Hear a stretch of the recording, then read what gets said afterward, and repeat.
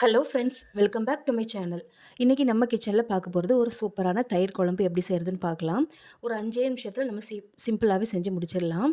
இப்போ நமக்கு குழம்பு செய்கிறதுக்கு டைம் இல்லை, ஆனால் டேஸ்ட்டும் ரொம்ப நல்லா இருக்கணும் அப்படின்னா கண்டிப்பாக அந்த குழம்பு ட்ரை பண்ணி பாருங்கள். 1/2 லிட்டர் தயிர் இருந்தால் மட்டுமே போதும், சூப்பராக அந்த குழம்பு ரெடி பண்ணிடலாம்.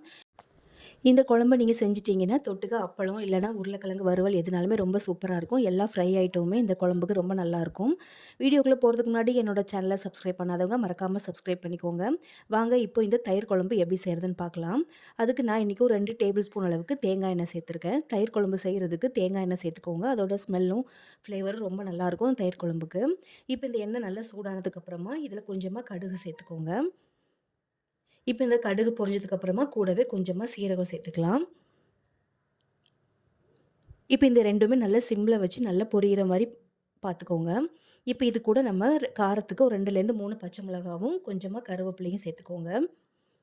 இது கூட நீங்கள் காஞ்ச மிளகா கூட சேர்த்துக்கலாம். நான் இன்றைக்கி வெறும் பச்சை மிளகா மட்டும் தான் சேர்த்துருக்கேன். நம்ம இதில் வேறு எதுவுமே நம்ம சேர்க்க போகிறதில்ல காரத்துக்கு. பச்சை மிளகா மட்டும் தான் சேர்க்குறோம். அதனால் உங்களுக்கு எவ்வளோ காரத்துக்கு வேணுமோ அந்தளவுக்கு சேர்த்துக்கோங்க. இப்போ இது கூடவே ஒரு 1/2 டீஸ்பூன் அளவுக்கு பெருங்காயத்தூள் சேர்த்துக்கோங்க. சேர்த்துட்டு நல்லா இந்த மாதிரி கலந்து விடுங்க. சிம்லே வச்சுக்கோங்க. அப்போ தான் உங்களுக்கு பெருங்காயத்தூள் சேர்க்கும்போது தீஞ்சு போகாமல் இருக்கும். இப்போ பாருங்கள் எல்லாமே நல்லா பொரிஞ்சு வந்திருக்கு. இப்போ இந்த சமயத்தில் நம்ம எடுத்து வச்சுருக்க சின்ன வெங்காயத்தை இதில் சேர்த்துக்கலாம். இந்த தயிர் குழம்புக்கு கண்டிப்பாக சின்ன வெங்காயம் தாங்க சேர்க்கணும். அதோட ஃப்ளேவர் ரொம்ப நல்லாயிருக்கும் இந்த குழம்புக்கு. நான் இன்றைக்கி ஒரு 100 கிராம் அளவுக்கு சின்ன வெங்காயம் எடுத்திருக்கேன். இப்போ இது நல்லா வதங்கி வரதுக்காக இதில் கொஞ்சமாக இப்போதைக்கு உப்பு சேர்த்துக்கோங்க. நம்ம அதுக்கப்புறமா தேவைப்படுதுன்னா சேர்த்துக்கலாம். இப்போ உப்பு சேர்த்துட்டு நல்லா இந்த மாதிரி கலந்து விடுங்க. இப்போ இந்த சின்ன வெங்காயம் வந்து நமக்கு நல்லா வதங்கி வரணும். அதோட தோல்லாம் நல்லா உறிஞ்சு வர மாதிரி நல்லா வதங்கி வரணும். ரொம்ப குழைவா வெந்து வரணும்னு அவசியம் இல்லை. ஒரு பாதி அளவுக்கு வெந்தால் போதும். இப்போ பாருங்கள் இந்த அளவுக்கு நமக்கு நல்லா வதங்கி வந்திருக்கு. இப்போ இது கூட நம்ம கொஞ்சமாக வந்து மஞ்சத்தூள் சேர்த்துக்கலாம். தயிர் குழம்புக்கு கண்டிப்பாக மஞ்சத்தூள் சேர்த்துக்கோங்க.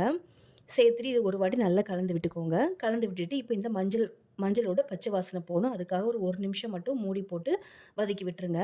இல்லைனா மஞ்சள் வாசனை அப்படியே நமக்கு பச்சையாக இருக்கிற மாதிரி இருக்கும்.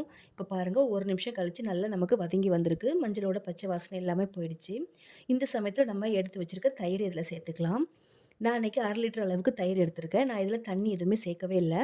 நல்லா தயிர் கடையிற மத்து வச்சு நல்லா கடைஞ்சி எடுத்துக்கோங்க. கட்டிகள் இல்லாமல் நல்லா கடைஞ்சி சேர்த்துக்கோங்க. நான் கொஞ்சம் தயிர்லேயும் வந்து கொஞ்சமாக மஞ்சத்தூள் சேர்த்துருந்தேன்.